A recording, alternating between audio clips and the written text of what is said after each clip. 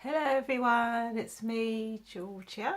So it's been a while and I'm partially got a bit of loss of hearing in both ears, but doesn't stop me from talking obviously. My first video didn't load. Uh, Actually it was filmed outside, which is in contrast to this one because it's so miserable outside and plus it is late now, so that's why I'm doing it inside. That's hence I got my pajamas on, but I've been a while for a little bit. Just working on fitness, pushing my body to some boundaries. Got a little bit of muscle, you can't really see it here, but like, yeah, come on, yeah. Like seeing what methods work. So I've been walking a lot. Yeah, just pushing my body to see what's going on. But I did say, oh my gosh, as well. The thing is, when I was outside, it would have been so hilarious. I got attacked by a bee. Obviously, I survived because I'm making a video now, so that's fine. Anyway, so I said I was going to talk about Raynauds. Yeah, so Raynauds is you have a problem with your circulation. So you get it's I can only say related through the lupus, the SLE, but that's another fraction of it that can happen when you have SLE and get Raynauds. And I take nifedipine for mine. I don't know what there's other medication, but I take that. And basically, it is that. Oh, I said basically. Oh, no, people say that. It's so annoying, isn't it? Like bisexual. Yeah, no. So the point is, your hands. You can get it's in your hands, feet, mostly. You get loss of sensation. It's really cold. It's like, just imagine your hands on the coldest day and you've got no gloves, it's been snowing, and you put your hand on a block of ice. That's how our skin feels. It can be very, very painful, and it can take from 10 minutes onwards for your whole fingers to warm up. And once your fingers or whatever joint it is gets cold, it goes all the way, it has to go all the way to the end of being frozen basically and numb. So you can't do anything. You can't screw a lid off a jar, you can't write, plus you get muscle spasms as well. That's very, very painful. So just I thought I'd just have a little talk about the whole Raynauds and so forth. And if anyone's got any problems with Raynauds, you could just leave a comment and say I'm interested to hear how it affects other people, because I have Raynauds as well as the SLE, but I'm not sure. I think you can have Raynauds regardless of the SLE, but it's been one of those things that's been associated with my SLE. I don't know how, but I think because of the SLE's autoimmune disorder. So obviously it's attacking you when you're when there's nothing attacking. So it starts to attack regular things, which then causes problems. So yeah, so that was a little bit about my Raynauds, and it was nice speaking to you again. It's been a while, and hopefully I can then, when the sun clears back up, and you won't believe it, the video, oh my god, I'm so disappointed that the video didn't go through. It was so annoying. It was a nice day. You could have seen my garden. I mean, the flowers have bloomed and everything. All you get now is like this boring background with my picture thing in my Minnie Mouse pyjamas. So there you go.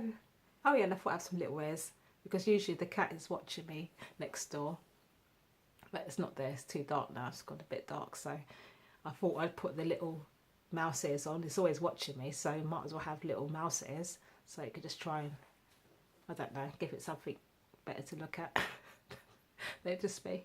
So that's it. Goodbye.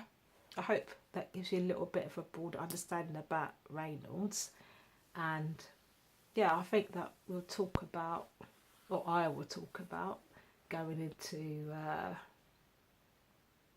like how different people handle their lupus or having SLE, because I'm quite a loner by nature, but I think I do have that fear of, like, if I was to get with someone new, that to have to tell them about the lupus is a bit scary. So I think I'll go into that, and I would love to know other people's opinion, like how have they dealt with entering into a relationship. I mean, I'm very honest. I just go into like, yeah, and then so forth, and be like, yeah, no, I've got this thing called lupus. Like, what's that? Sorry, the camera's shaking now because I'm laughing. Like, yeah, because it's quite a odd thing to have to explain. I mean, I had to explain my illness to someone the other day, and I could just see, I could have realised how confusing it was when they looked at me to when I explained what lupus was. So it was quite, it was a weird situation to put it mildly.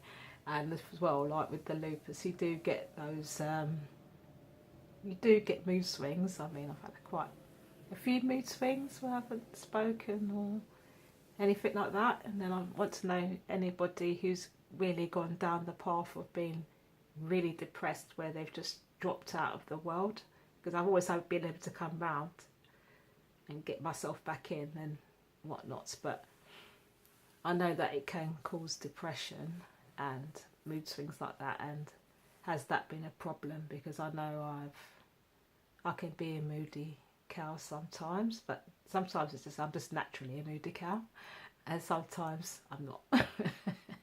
It's actual lupus that's done it. That's my excuse, I'm using it. No, I'm only joking now that it does.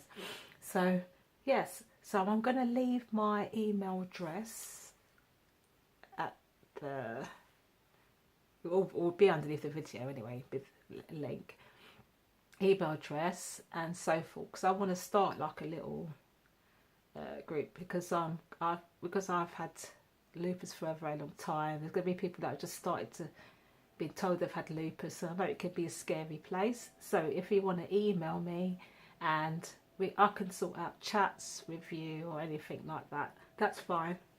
I don't mind doing that. Or you just maybe just need a little bit of a push, just to push you and say, look, yeah, push yourself. Like I had to, like I use myself as my own experiment anyway. So I will go and do, I mean, I did the fitness class. First time I thought my lungs were going to, well, the little bit of lung I had left, I thought it was going to fall out on the ground and I was going to die. But I got through it. And then I started getting addicted to it. And then I thought, whoa, getting a bit of a transformation. And of course, it's like, you know, with lupus, and when you've had the kidney problems, your body, you do get that kind of, not out of shape to say, you know, you put on weight or whatever, but the fluid can make you stretch your skin out and put you out of all sorts and whatever. So I've been doing fitness classes, and I have to say it does do a lot of good, and mentally I do feel much better, more mentally strong. Even if it's just going for a walk, I make it a point to go for a walk. If I'm in pain, just put those straps on. I've got loads of straps. They was really cheap, got them for like £1 in a pound shop. Let me just try and see if I get my bag. Oh no, can't reach. Oh, so annoying. Yeah, these straps, really cheap, £1. I've used them in fitness class, everything. £1 each. Very good, very, very good. I recommend them. Yeah, and you can buy as many as you want. I mean, only £1.